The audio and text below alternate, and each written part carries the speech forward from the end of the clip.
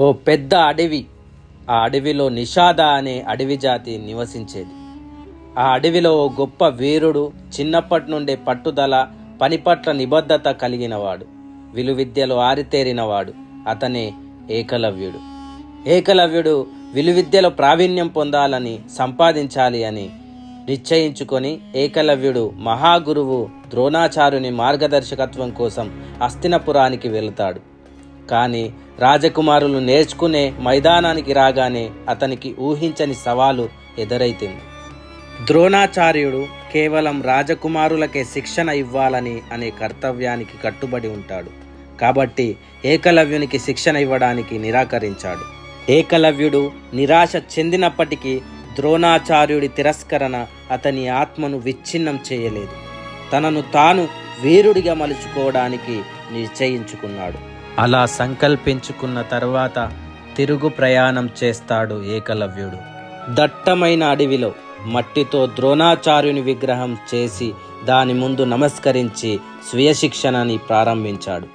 కనికరం లేని అంకితభావంతో ఏకలవ్యుడు పగలు రాత్రి తేడా లేకుండా విలువిద్యని నేర్చుకుంటాడు.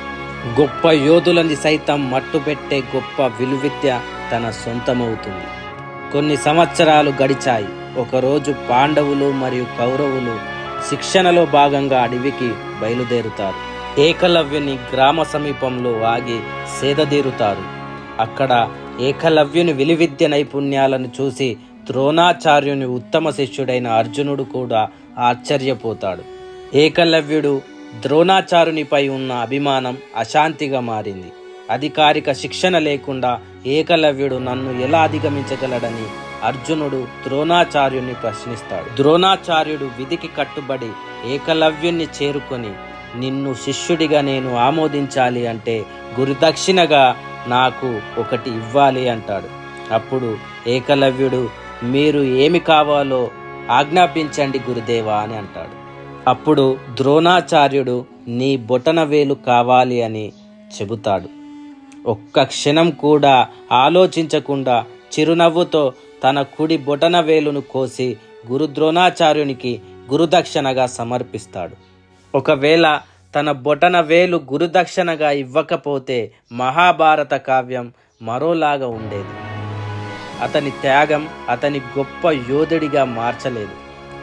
ఏకలవ్యుని కథ కేవలం విలువిద్య గురించి మాత్రమే కాదు, అతని స్థితిస్థాపకత, స్వీయ క్రమశిక్షణ, తీవ్రమైన సంకల్పం యొక్క శక్తి ఎంత యోధుడిగా మార్చగలదో ఏకలవ్యుని చూస్తే అర్థమవుతుంది. ఐ హోప్ ఈ వీడియో మిమ్మల్ని చాలా మోటివేట్ చేసిందని ఆశిస్తున్నాను.